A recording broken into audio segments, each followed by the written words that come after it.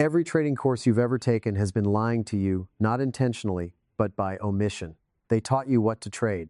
Nobody taught you who you become the moment real money is on the line. That's not a small gap. That is the entire game. The chart is the easy part. You are the hard part. And the hard part is the only part that actually matters. If you've been blaming your system, your broker, your timing, I need you to sit with what I'm about to say for the next few minutes, because it might be the most important thing you hear all year. I want you to think about that for a second.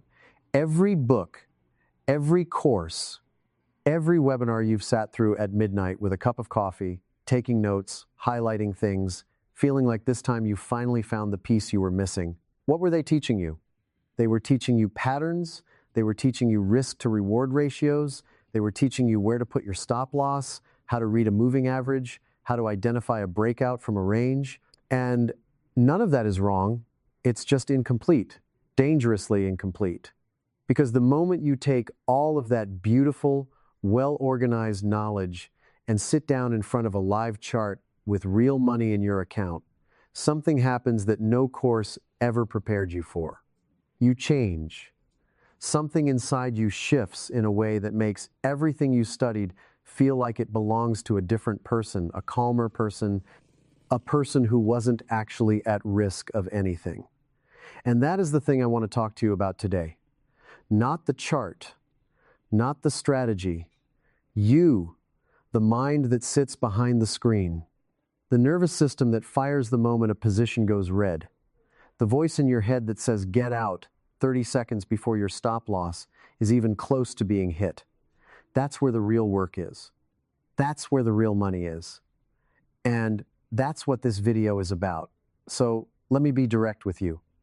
The reason you're struggling in the early phase of trading is almost certainly not what you think it is. You probably think it's one of these things. You haven't found the right system yet. You need more screen time. You need better data. You need to study more price action. You need to find a better mentor. And maybe some of those things have a small role to play. But underneath all of them, underneath every reason you've told yourself for why it isn't working yet, there is a more fundamental issue. Your mind was not built for this. Not because it's defective, because it was built for something else. Something that, for most of human history, worked beautifully. And trading asks it to do something completely different, something it has never been asked to do before, without any preparation, without any warning, and with real money on the line from the very first trade. That's the setup. Now let me take you somewhere deeper. I want you to imagine something. Imagine that somewhere in your house, there is a thermostat on the wall. You've walked past it every day for years. You barely notice it anymore, but it's running constantly. It's monitoring the temperature. And the moment the room gets too cold or too warm, it kicks in and brings things back to the level it was set at. Now, here's the thing about that thermostat. It doesn't care if it's summer. It doesn't care if you want the room warmer today. It doesn't care about your preferences in the moment. It only knows one thing: the temperature it was programmed to maintain. And it will work against any change, whether that change is good for you or bad for you, as long as that change moves the room away from where it was set. You have one of those thermostats inside your mind. It's not regulating temperature. It's regulating psychological comfort. And specifically, it is regulating your comfort with uncertainty. That dial on your internal thermostat was set a long time ago, long before you ever opened a brokerage account. It was set by the school system you grew up in, which taught you that uncertainty meant you hadn't studied hard enough, that the right answer existed and your job was to find it. It was set by jobs and careers that rewarded certainty and punished mistakes. It was set by relationships and experiences that taught you to avoid the unknown, because the unknown was where danger lived. Your thermostat was trained over decades to equate uncertainty with threat, and to respond to threat by doing something, anything, to get back to safety. Do you see where I'm going? The market is the most uncertain environment that most people will ever voluntarily enter. There is no right answer. There is no teacher who will tell you if you got it correct. There is no performance review. There is only probability, cold, impersonal, mathematical probability playing out one trade at a time. And the moment you enter a position, your thermostat feels the temperature change. It feels the uncertainty spiking, and it does what it was built to do. It tries to bring you back to safety. Exit the trade early. Add to a losing position to bring your average down to create the illusion of control. Check the position every 30 seconds. Move your stop loss because the price is just a little past it and it'll definitely come back. All of these behaviors, all of them are your thermostat working perfectly. They're not you being stupid. They're not you being undisciplined. They are an ancient, deeply wired system trying to protect you from something it was never designed to understand. And here's what I want you to sit with, because this matters more than any trading tip I could ever give you, that thermostat was built to protect you. It has kept you safe in enormous areas of your life. It is not your enemy. It just doesn't know how to read a candlestick chart. It doesn't know the difference between uncertainty that is dangerous and uncertainty that is profitable. It can't tell the difference between a real threat and a position that's temporarily in drawdown. To your thermostat, they feel the same. And so it responds to both of them the same way. It tries to make the feeling stop. And in the market, the fastest way to make the feeling stop is to close the trade, whether that's the right decision or not. So that's the first thing I want you to understand. The sabotage you experience in trading isn't coming from a broken place. It's coming from a very functional place that just needs new information. The thermostat can be reset, the dial can be moved, but it takes time, it takes awareness, and it takes a very specific kind of work that most traders never do, because most traders are looking at the chart when they should be looking at themselves. Let me tell you about two traders. I've worked with a lot of people over the years, and these two characters represent something I've seen play out more times than I can count. So picture them, call them whatever you want. Trader A, Trader B. Different names, different faces, but the same starting point. Same amount of capital, same strategy, same market, same charts, same conditions. Trader A sits down at his screen in the morning and he has what I can only describe as a quiet relationship with his uncertainty. He's done his prep, he knows his setup, he knows his entry criteria, his stop, his target. And when the trade is live, he watches it with something close to curiosity. Not indifference, he cares. He wants to win, but he's not fused with the outcome. If it goes against him and hits his stop, he records it. He notes what happened. He stays with the discomfort for a moment, then closes his journal and moves on. He doesn't need to know why it lost. He knows that a single trade tells him nothing about his edge. He is thinking in terms of the next 50 trades, the next 100. He knows that his edge only reveals itself across a large enough sample, and so he protects that sample by taking every valid setup, managing every trade the same way, and not letting any individual outcome mean too much. After a year of this, he's consistently profitable, not because he never loses. He loses plenty, but because the losses are absorbed, documented, and metabolized, they don't accumulate psychologically. Now, Trader B has, and I want to say this with real compassion because I've seen it in so many brilliant people, Trader B has a better strategy, more refined, more tested, more research behind it. Objectively, on paper, Trader B's edge is stronger than Trader A's. But something happens to Trader B the moment a trade moves against him. It lands differently.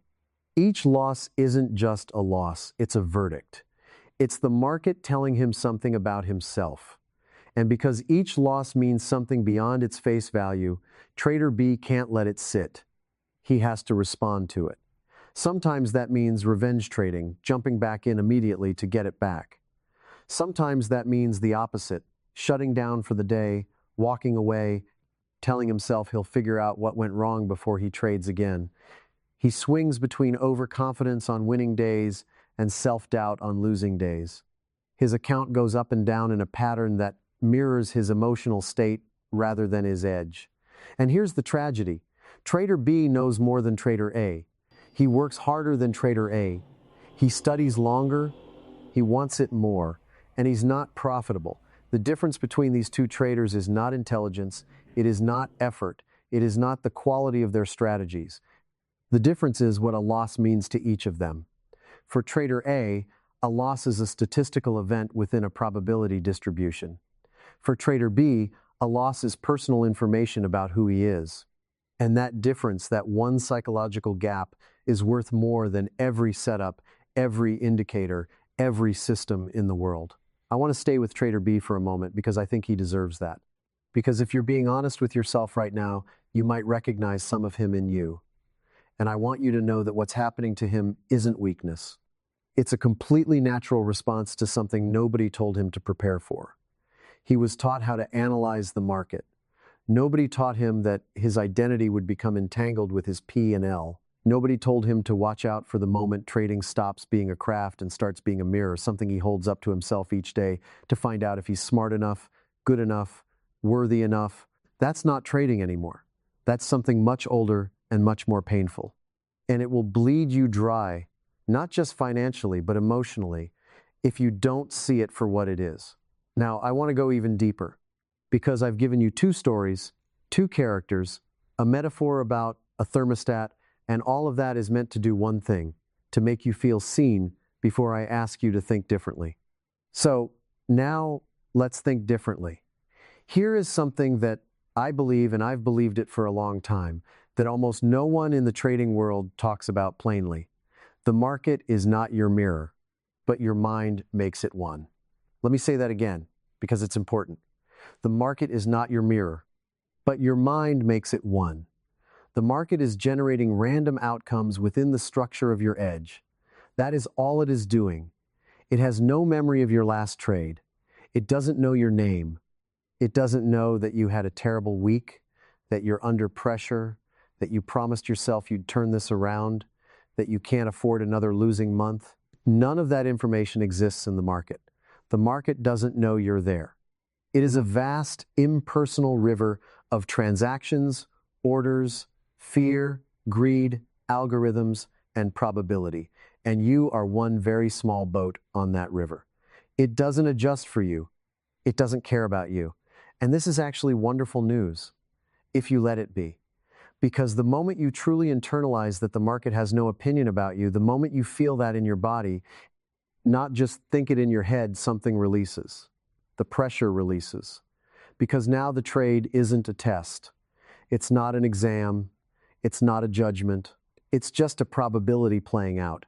And probabilities don't need your emotional investment to function. They need your consistent execution, and then they need you to step back and let them breathe. But here's where traders get into trouble. Because the mind is a meaning-making machine. It is extraordinarily good at finding patterns, stories, and significance in random data. That's one of the most remarkable things about human consciousness, this ability to see faces in clouds, narratives in coincidences, lessons in accidents. It's a gift. In most areas of life, it serves you well. In trading, it will destroy you if you don't manage it deliberately. Because you will look at 3 losing trades in a row and your mind will say, pattern detected, this strategy doesn't work. And it will feel like an insight. It will feel like learning, but it is not. It is the brain doing what it was built to do. Finding signal and noise in an environment where 3 losses in a row is a completely expected statistical outcome for virtually any profitable trading strategy that has ever existed.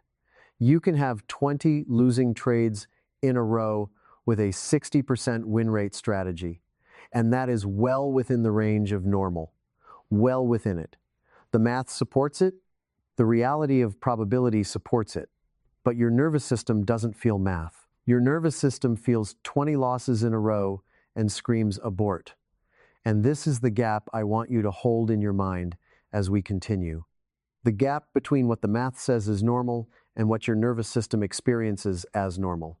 That gap is where your money goes. Closing that gap slowly, carefully, through experience and awareness, that is what trading psychology is actually about. Not affirmations, not confidence boosting, not telling yourself you're a winner. Closing that specific, concrete, measurable gap between how probability actually behaves and how your mind interprets what it sees. Let me give you the most counterintuitive truth in all of trading. Are you ready for this? The tighter you grip, the more you lose. I'll say it differently. The more control you try to impose on an outcome that you cannot control, the worse your results will be. I know that sounds backwards. It probably sounds like I'm telling you to be sloppy or passive or not to care. That's not what I'm saying. Let me be precise. There are two kinds of control in trading. There is the control you have over your process, your preparation, your criteria, your entry, your position size, your stop placement. All of that is controllable and you should control it rigorously.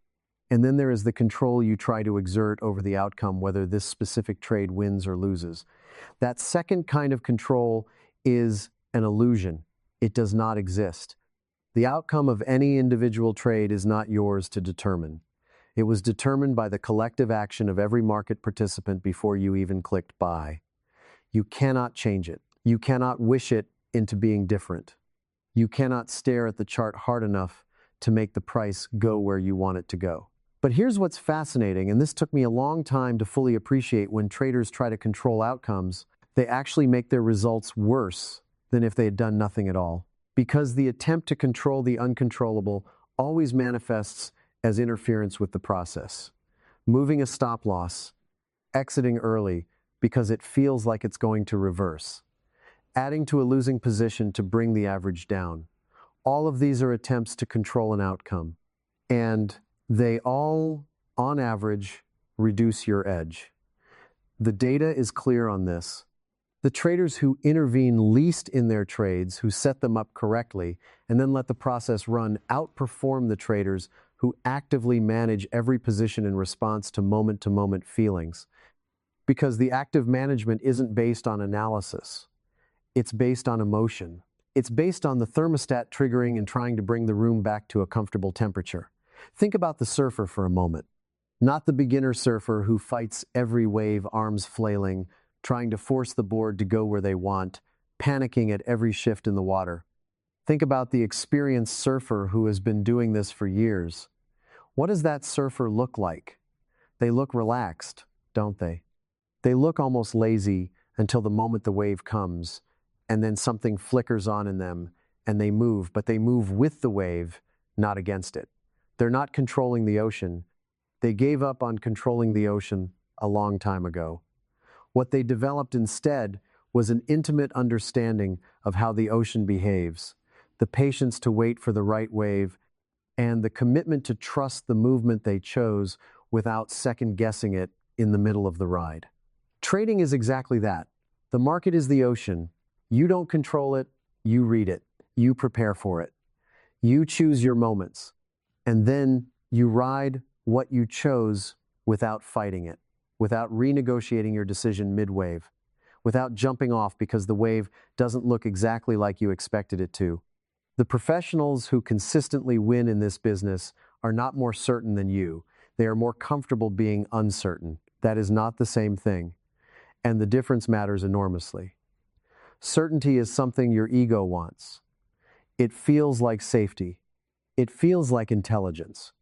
I know where this is going. I'm sure about this one. Every time a trader says something like that to themselves, a small alarm should go off. Because certainty in a probability-based environment is always a delusion. It might be a delusion that ends up being right on a particular trade. But if you start trading from certainty rather than from probability, you will eventually be wrong in a way that costs you more than the wins ever gave you. Because the certainty makes you confident, and the confidence makes you size up, and the sizing up means that when the inevitable loss comes, the loss that probability guaranteed was coming, eventually it lands hard. Comfort with uncertainty is the opposite of certainty. It's not, I don't know, and therefore I'm scared. It's, I don't know, and therefore I am properly humble about my position size, properly committed to my stop, and properly at peace with whatever outcome the market produces. That's a completely different psychological state. And it is, I would argue, one of the most sophisticated mental states a human being can achieve, not just in trading, but in life. To act decisively on incomplete information, with appropriate stakes, without needing to know how it ends. That is mastery, and it is learnable, but it has to be learned. It does not come naturally to anyone. I want to talk to you about something that doesn't come up enough in trading conversations. It's about identity, about who you think you are when you sit down at that screen. Because I've noticed something over the years, a pattern in the people who struggle most and the people who eventually break through, and it comes down to this. When you lose a trade, what do you say to yourself? Not what do you write in your journal. What do you actually say in your head in that moment? For a lot of traders, and I want you to be honest with yourself here, the internal narrative sounds something like this. I'm an idiot. I always do this. I'll never figure this out. I'm not cut out for this. Notice what's happening in those statements. They're not about the trade. They're about you. They're identity statements. They're the mind taking a single event, one trade, in one session, in one day, out of thousands of potential trading days in a career, and using it to draw permanent conclusions about who you are as a person. This is what I call the identity trap. And it is one of the most insidious and invisible wounds in early trading, because it happens quietly, and it happens fast, and it happens every single day, until eventually the psychological burden becomes so heavy that trading starts to feel like something you dread rather than something you're building. Here is the truth I want you to hold. Your worth was never in the trade. The trade was never about you. The market has no opinion about you. A loss is not evidence of your inadequacy. It is a data point. It is one spin of a wheel that you know, over time, lands in your favor, more often than not. That's it. That's all it is. But when your identity is tangled up with your P&L, you can't see it that way. You can only feel it as confirmation or disconfirmation of something you already believed about yourself. And that dynamic, that psychological loop, will drive your decisions in ways you cannot even see from inside it. What I want to offer you instead is the concept of the trader identity, not a mask, not a persona, not a performance, a differentiated professional self. The part of you that trades is not the part of you that feels your worth, loves your family, worries about the future. The part of you that trades is a craftsman, a probabilist, someone who reads information, makes calibrated decisions, manages risk, and then observes outcomes without attaching personal meaning to them. That self is not cold. It's not robotic. It is actually extraordinarily present because it doesn't need the trade to validate anything. It can just watch it, learn from it, and move to the next one. The gap between I had a losing trade and I am a losing trader seems small in words. In psychology, it is enormous. One of them is a fact about today. The other is a story about forever. Only one of them is true. And your ability to stay in the first one, to observe what happened without collapsing it into a judgment about who you are, that is the foundation of everything. That is what allows you to keep showing up with clarity, session after session, regardless of what the last session looked like. Now, I want to get into something that I think is the deepest truth in this entire conversation, because we've talked about the thermostat, we've talked about the two traders, we've talked about control and uncertainty and identity, but there's something underneath all of that, a principle that, when it finally lands in a trader's mind, actually changes how they feel at a cellular level. And it's this: losses are not losses if you're thinking in probabilities. Let me unpack that slowly, because I know how it sounds. It sounds like I'm asking you to be okay with losing money. That's not what I'm saying. Let me be very precise. Take a coin, a special coin weighted so that 60% of the time it lands on heads. You know this. You've tested it. The data is clear. You're going to flip this coin 100 times, and every time it lands on heads, you win $10. Every time it lands on tails, you lose $8. Over 100 flips, the math says you should profit significantly. Your edge is clear. Your edge is real. Now you start flipping. and the first 5 flips all come up tails. You've lost $40. What does your mind do with that? If your mind is operating in probability space, the way a seasoned trader's mind operates, it says, this is within the expected distribution. My edge is intact. Continue. If your mind is operating in single event space, the way most new traders' minds operate, it says, this coin doesn't work. Something is wrong. I need to stop, reassess, or change my approach. And here's the thing. The second response feels more intelligent. It feels like critical thinking. It feels like you're protecting yourself by questioning the system. But in the context of a proven edge, it is not intelligent at all. It is the nervous system hijacking the decision-making process and substituting emotional reasoning for statistical reasoning. And if you stop flipping that coin every time you get 5 tails in a row, you will never realize the profits that your edge was designed to deliver. You will just keep stopping and starting, doubting and testing, always on the edge of profitability but never getting there. Your trading edge is the coin. Every setup is a flip, and some flips will lose. In fact, a meaningful percentage of flips will lose. That is a mathematical certainty baked into the very definition of having a 60% edge rather than a 100% edge. And those losses are not a problem. They are not a mistake. They are the cost of doing business. They are the price you pay for the 60% that wins.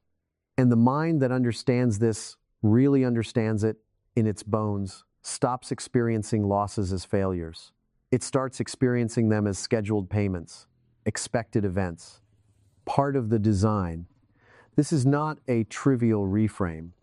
This is the entire psychological architecture of a profitable trader.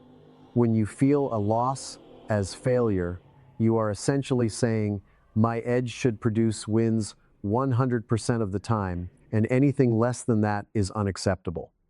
That belief, even when it's not conscious, even when it's just a felt sense of wrongness after a losing trade, that belief will drive you to interfere with your system, modify it prematurely, second-guess it constantly, and ultimately discard a working strategy before it has enough trades to demonstrate its value. Your nervous system was wired for survival, and survival meant treating every negative event as a potential crisis. A rustling in the bushes wasn't a data point in a probability distribution. It was either a predator or it wasn't, and being wrong about which one it was had permanent consequences. So the brain learned to respond to individual negative events with urgency, with threat activation, with a demand for immediate action to restore safety. The market is not a predator. A losing trade is not a rustling bush. But your nervous system doesn't know that yet. It needs to be taught.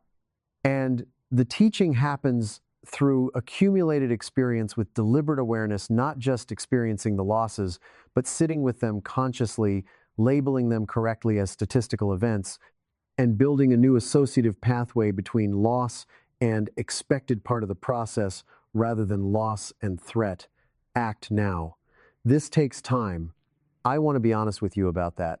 I am not going to tell you that you can read this script or watch this video and then sit down tomorrow with a brand new nervous system. That's not how any of this works. What I can tell you is that every single trade you take with this awareness active, every time you feel the loss and consciously, deliberately say to yourself, this is an expected event within my edge. You are doing the work. You are one tiny thread at a time rewiring the association. And at some point, and I've watched this happen with enough people to know that it does happen, the new wiring becomes stronger than the old wiring. The losses start to land differently, the urgency fades, the neutral curiosity begins. And trading starts to feel, for the first time, like the craft it actually is, rather than the threat it always felt like. So what do you actually do? How do you take everything I've just said and turn it into something actionable today? Because I know that's where you are right now. You've been nodding along, something has been landing, maybe a few things have made you feel genuinely seen for the first time in a while, and now you want to know what to do with it. And I want to give you that. Not 10 things, not a complicated system, 3 things. Simple, concrete, immediately actionable. The first one is the pre-trade state check. Before you enter any trade from this day forward, I want you to pause for 30 seconds, just 30 seconds, and ask yourself one question. Not, is this a good setup? You've already done that analysis. The question is, what am I feeling right now, and is this feeling about the trade or about something else? Is there a tension in my chest that's about recovering what I lost yesterday? Is there an excitement that's about proving something to myself? Is there an impatience that's about feeling like I've been waiting too long and I need to be in something? If the answer to any of those is yes, if you notice that the emotional charge around this trade has a source outside of the trade itself, do not enter.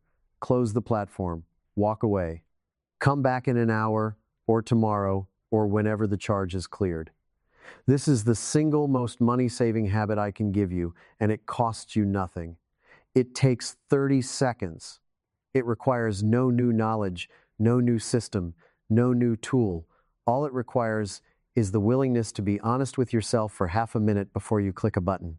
And the number of bad trades it will prevent, the revenge trades, the boredom trades, the fear of missing out trades, is staggering.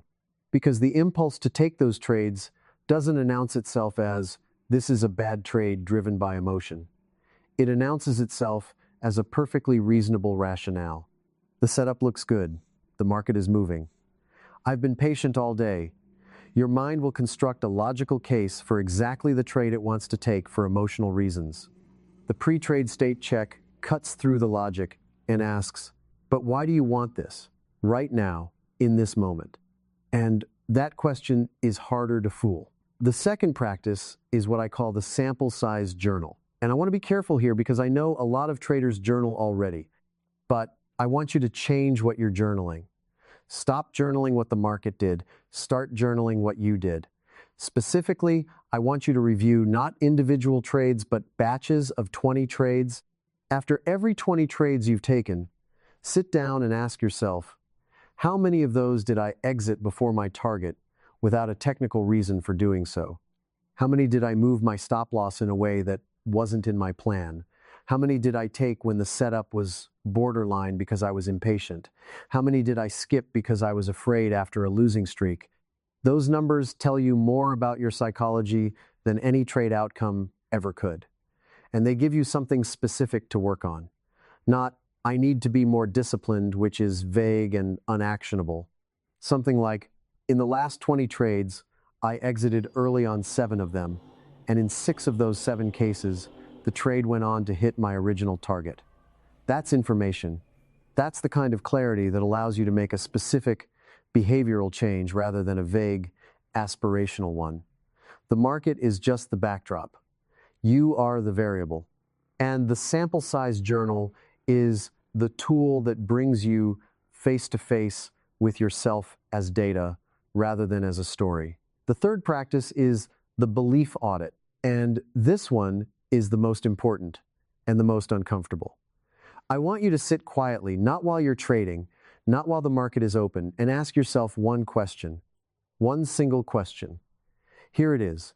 Do I actually believe that losses are a necessary and expected part of my edge?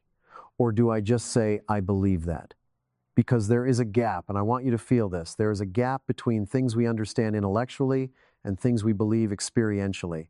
You can understand that losses are part of trading the way you understand that the earth goes around the Sunday. Intellectually, it's settled, but you've never felt the earth moving. You've never had a visceral experience of the orbital mechanics. You just know it as a fact. And for many traders, losses are expected, lives in that same category known as a fact, unfelt as a truth. And that gap between the known fact and the felt truth is precisely where the sabotage lives. The belief audit